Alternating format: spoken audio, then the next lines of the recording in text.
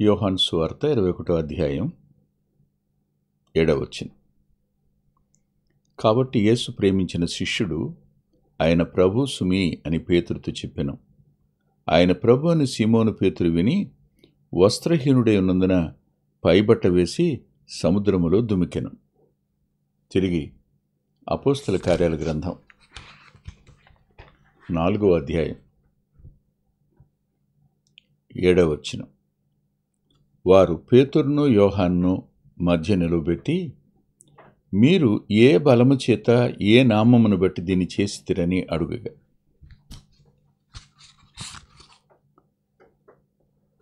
ఈ పోలిక నేను సాహసం చేసి చేస్తున్నాను, అనుమానమేం లేదు. ఎందుకు సాహసం అంటున్నానంటే, పేతురు యోహానులు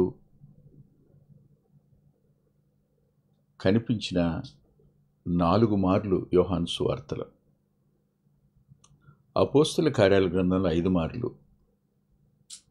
యేసు ప్రేమించిన శిష్యుడు అని చెప్పిన మాట యోహాను సువార్తలో 5 మార్లు కనపడడం వల్ల ఆ 5ంటిని ఈ 5ంటితో పోలిస్తే ఎలా ఉంటుంది అనే ఒక ఆలోచన వద్ద ఈ ప్రయత్నం నేను ఆరంభించాను. కానీ ఈ రెండింటిని ఎలా పోల్చాలి? ఒక ఆలోచన చెప్తే మీరు ఇంకెక్కువగా ధ్యానం చేసి వాటిని మీరు అధ్యయనం చేస్తారనే ఉద్దేశం చొప్పునే కానీ నేనేదో అద్భుతమైన బైబిల్ అధ్యయనం చేయగలనని మాత్రం కాదు, గుర్తుపెట్టుకోండి. ఇక్కడ వారు పడవ మీద ఉన్నారు, ఇక్కడ వీళ్ళు ప్రజా వేదిక మీద ఉన్నారు. పడవ మీద ఉన్న వీరు, ప్రజా వేదిక మీద ఉన్న వీరు, వీరిద్దరి మధ్యలో ఉన్న వ్యత్యాసం చూడండి. అక్కడ ప్రజలకు దూరంగా ఉన్నారు, ఇక్కడ ప్రజల మధ్యలో ఉన్నారు. ఎందుకు ప్రజలకు దూరం అయ్యారు? ఎందుకు రాత్రంతా వారు చేపలు పట్టే పరిస్థితులు ఉండిపోయినారు?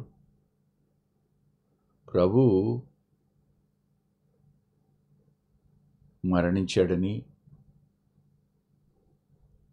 ఆయన తరువాత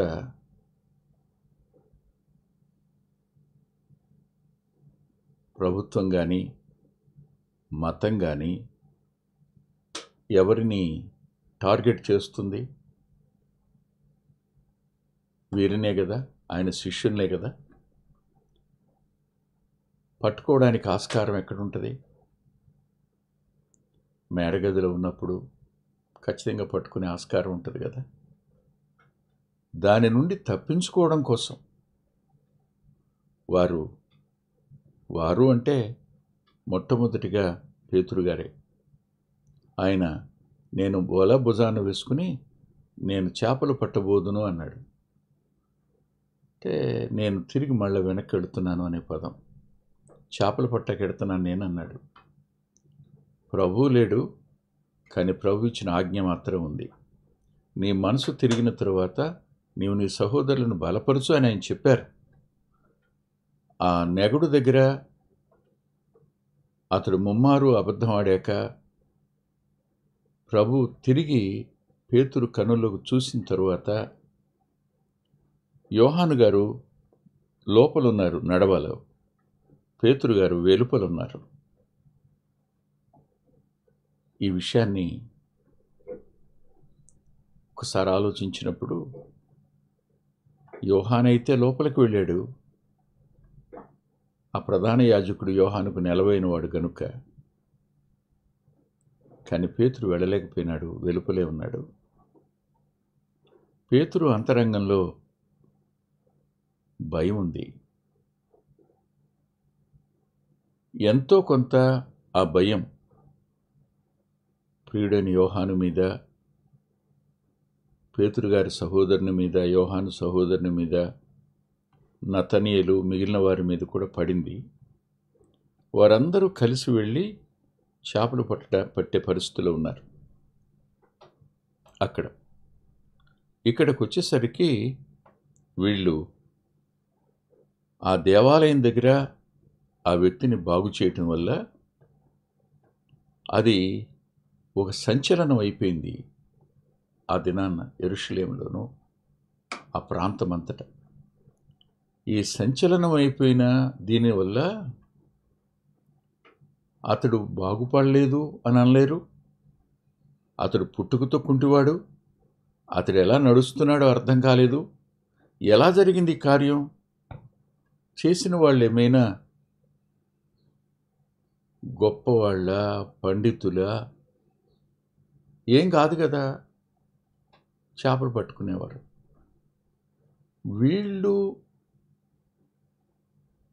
వీళ్ళని చేసింది. ఇప్పుడు వాళ్ళని తెచ్చి సమాజం ముందు వాళ్ళని బలాత్కారంగా పట్టుకున్నారు. సాయంకాలం అయింది కాబట్టి కావల్లో ఉంచారు. సముద్రం మీద ఉన్న వీరే ఇప్పుడు రాత్రి అంతా కావల్లో ఉన్నారు. అక్కడ సముద్రం మీద వారు రాత్రంతా ప్రయాసపడి ఏమీ సంపాదించలేకపోయారు, ఏమీ పట్టలేకపోయినారు. కానీ కావలిలో రాత్రంతా ఉన్న వీరు ప్రభుతో ఎంత అత్యున్నతమైన సహవాసం చేశారు. ఈ సహవాసం ధైర్యాన్ని ఇస్తుంది. ప్రభువు నుండి దూరంగా జరిగినప్పుడు మనం పిరికి వాళ్ళం అవుతాం. ప్రభువు నుండి, ఆయన చెప్పిన మాట నుండి, ఆయనకి ఇష్టంగా ఉండకుండా జరిగిన ప్రతిసారి మనం గర్విష్ఠులం అవుతాం, దీనులం కాలేం.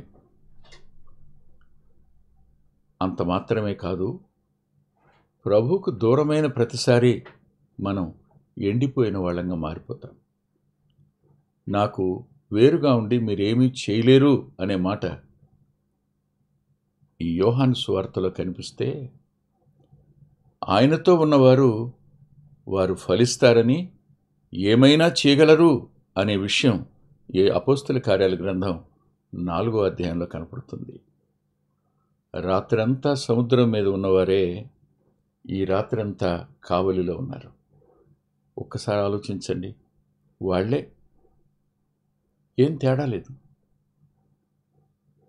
అక్కడ వలలు వేస్తున్నవారే ఇక్కడ మోకాళ్ళ మీద ప్రభువుతో ఉన్నారు.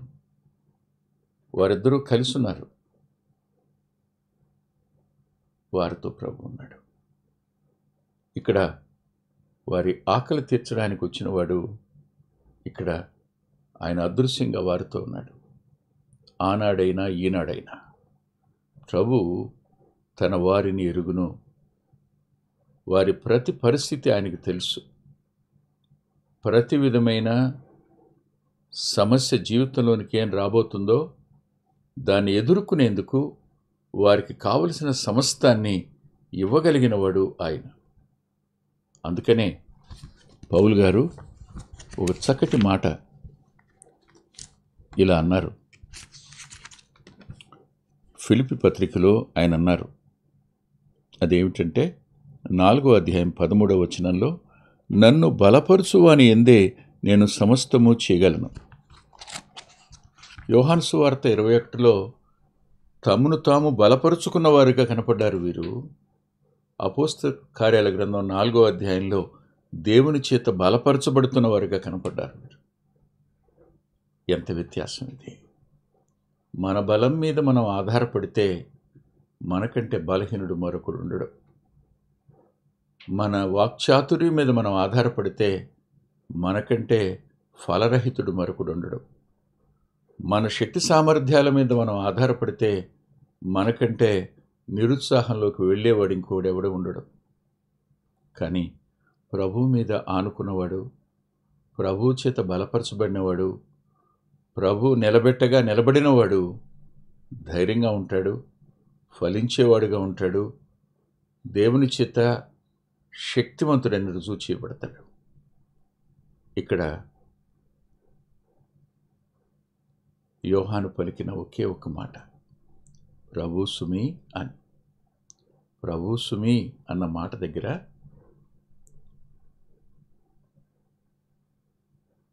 పేతురుకు యోహాను ఉప్పు అందించాడు. ఉప్పు అనే మాట చాలా మంచి మాట. స్పృహ కలుగు చేయడం. ఉప్పు అనే మాట సారాన్ని అందించడం. ఖచ్చితంగా ఆయన ఎవరనుకుంటున్నావు, వల ఎందుకు నిండింది అనుకుంటున్నావు, మనం గుర్తుపట్టలేదు ఆయన్ని, ఆయన ప్రభువే అని ఎప్పుడైతే అన్నాడో, తాను దిగంబరిగా ఉన్నాను అనే సంగతి గుర్తించి, చిన్న అంగవస్త్రం తప్ప ఇంకేమీ లేని పరిస్థితిలో ఉన్నానని గుర్తించిన వాడు పైబట్ట నీళ్ల మీదకి వేసి దూకేశాడు. బహుశా ఆ నీళ్ళలోనే ఆ బట్టలు వేసుకున్నాడేమో, ఆ తడి బట్టలతోనే బయటకు వచ్చాడేమో. అలాగే ఆలోచిద్దాం ఒకసారి. ఇక్కడ మనం దేవునికి దూరమైన ప్రతిసారి ఏం జరిగే అవకాశం ఉంది? ప్రకటన గ్రంథంలో ఒక చక్కటి మాట వ్రాసి ఉంది. దయచేసి చూడండి ఒకసారి. 3వ అధ్యాయంలో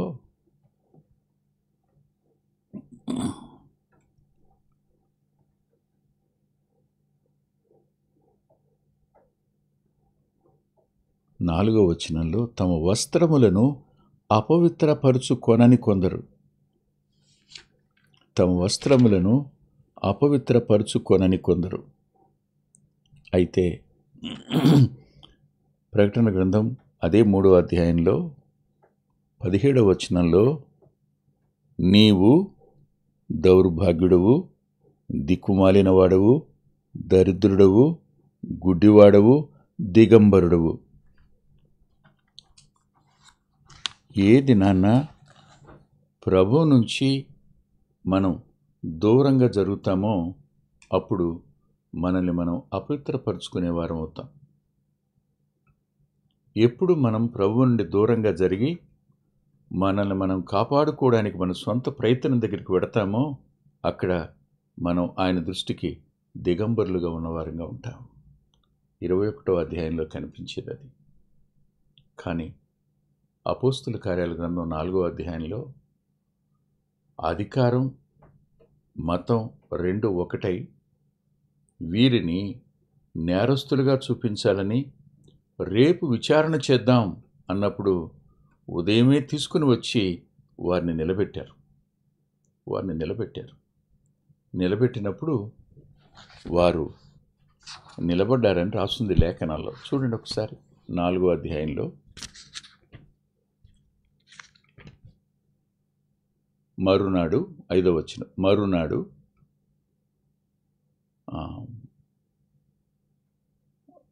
ఒక్క మాట కొంచెం పైకి వెళ్ళొద్దాం. వారిని బలత్కారంగా పట్టుకుని సాయంకాలమైనందున మరునాటి వరకు వారిని కావలిలో ఉంచిరి అని ఉంది కదా. తర్వాత ఏముంది? వాక్యము వినిన వారిలో అనేకులు నమ్మిరి, వారిలో పురుషుల సంఖ్య ఇంచుమించు 5,000 మంది. ఆ రోజు చేసిన వర్తమానం విని, ఆ రోజు జరిగిన కార్యాన్ని చూసి ప్రభుని అంగీకరించిన పురుషుల సంఖ్య 5,000 మంది. ప్రభువు 5 రొట్టెలు 2 చేపలు విరిచి పంచిన పురుషుల సంఖ్య 5,000 మంది. ఇక్కడ వీరు చేసిన ఈ చిన్న కార్యం, వారు చెప్పిన చిన్న వర్తమానం 5,000 మంది రక్షణకు కారణమైంది. 21వ అధ్యాయం యోహాను సువార్తలో ఒక ఆత్మకు మేలు కలిగినట్టుగా కనపడదు మనకు. ఎవరున్నారు అక్కడ? నిరుత్సాహపడిన శిష్యులు తప్ప. జ్ఞాపకం పెట్టుకోండి, నిరుత్సాహాన్ని విడిచిపెట్టండి. పరిస్థితులు, ప్రజలు, ప్రభుత్వం, మతం విరోధమైన నీవు నేను ఆయన ప్రేమను ప్రకటించవలసిన వారంగా ఉన్నాం. ఆయన శక్తి సామర్థ్యాలకు రుజువుగా ఉన్నాం. పరిస్థితులు గుండా మనల్ని ఆయన తీసుకుని వెళ్ళినప్పుడు ఆయన తన కార్యం తాను చేసుకుంటాడు. మనం ఆయన సాధనాలుగా ఉండడం మాత్రమే మనం చేయవలసి ఉంది. సరిగ్గా వారు సాధనాలుగా ఉన్నప్పుడు ఏం జరిగిందో చూద్దాం. మరునాడు వారి అధికారులను, పెద్దలను, శాస్త్రులను యెరూషలేములో కూడుకునిరి. ప్రధాన యాజకుడైన అన్నయు, కైపయు, యోహానును, అలెగ్జాందరును, ప్రధాన యాజకుని బంధువులను వారితో కూడా ఉండిరి. వారు ఆ యోహాను వేరు, ఈ యోహాను వేరు. వారు పేతురును యోహానును మధ్య నిలబెట్టి, మీరు ఏ బలము చేత ఏ నామమును బట్టి దీన్ని చేస్తారని అడుగగా, పేతురు పరిశుద్ధాత్మతో నిండిన వాడే ఇట్లెనను, ప్రజల అధికారులారా, పెద్దలారా, ఆ దుర్బలునికి చేయబడిన ఉపకారమును గురించి వాడు దేని వలన స్వస్థత పొందినని నేడు మమ్మను విమర్శించుతున్నారు గనుక మీరందరినూ ఇశ్రాయేలు ప్రజలందరినూ తెలుసుకోవలసిందేమనగా, మీరు సిలువ వేసినట్టు, మృతులలో నుండి దేవుడు లేపినట్టు, నజరేయుడని యేసుక్రీస్తు నామముననే వీడు స్వస్థత పొంది మీ ఎదుట నిలుచున్నాడు. ఇల్లు కట్టువారైన మీరు తృణీకరించిన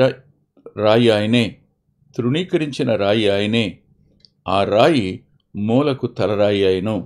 మరి ఎవ్వరి వలననూ రక్షణ కలగదు, ఈ నామముననే మనము రక్షణ పొందవలెను గాని ఆకాశం క్రింద మనుషులలో ఇవ్వబడిన మరి ఏ నామమును రక్షణ పొందలేము అని చెప్పారు.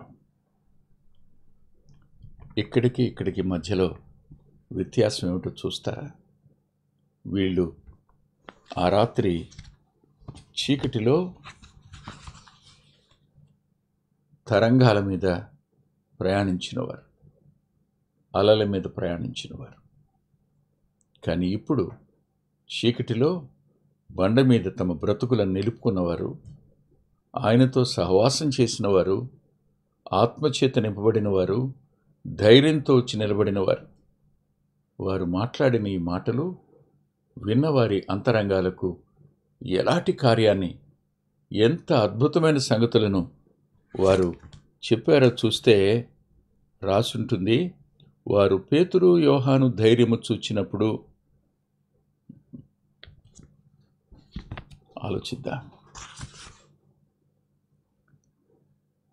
ఆశ్చర్యపోయేటువంటి కార్యాలు దేవుడు ఇలాంటి బలహీనులతో జరిగించుకుంటాడు, ఇలాంటి శక్తిహీనులతో జరిగించుకుంటాడు, మనలాంటి చేతగాని వారితో ఆయన జరిగించుకుంటాడు.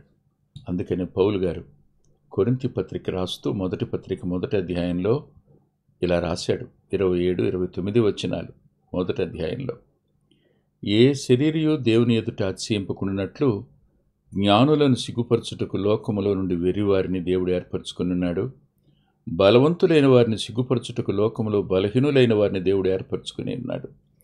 ఎన్నికైన వారిని వ్యర్థం చేయుటకు లోకములో నీచులైన వారిని, తృణీకరింపబడిన వారిని, ఎన్నికలైన వారిని దేవుడు ఏర్పరచుకుని ఉన్నాడు. ఈ మాటలు ఏం చెప్తున్నాయి? జరిగిన పని కానీ, జరిగిన కార్యాలు కానీ మనకు ఆపాదించుకోవడానికో, మనల్ని ఘనపరుచుకోవడానికో, మనల్ని ప్రదర్శించుకోవడానికో, మన విషయమే ప్రచారం చేసుకోవడానికో కాదు. మేము బలహీనులం, శక్తిహీనులం, కొరగాని వాళ్ళం, వెర్రి వాళ్ళం, ఎన్నిక లేని వాళ్ళం, నీచులమైన మమ్మల్ని, తృణీకరించబడిన వారిని దేవుడే వాడుకున్నాడు అని ఈ రెండింటి పోలిక దగ్గర స్పష్టంగా మనకు అర్థమవుతుంది. అలాంటి దేవుణ్ణి కలిగి ఉన్న మనం ఆయన చేతుల్లో నమ్మకంగా ఉంటే ఆయన తన వంతు కార్యాన్ని నేటికి చేయడానికి సమర్థుడు. తల్ల వంచండి, ప్రార్థన చేసుకుందాం. దయగలిగిన మా గొప్ప తండ్రి, కృపగలిగిన మా దేవ, కొన్ని మాటలు మీ కృప చొప్పున చెప్పడానికి నీ దాసునికి అనుమతించారు. రుణస్తుణ్ణి.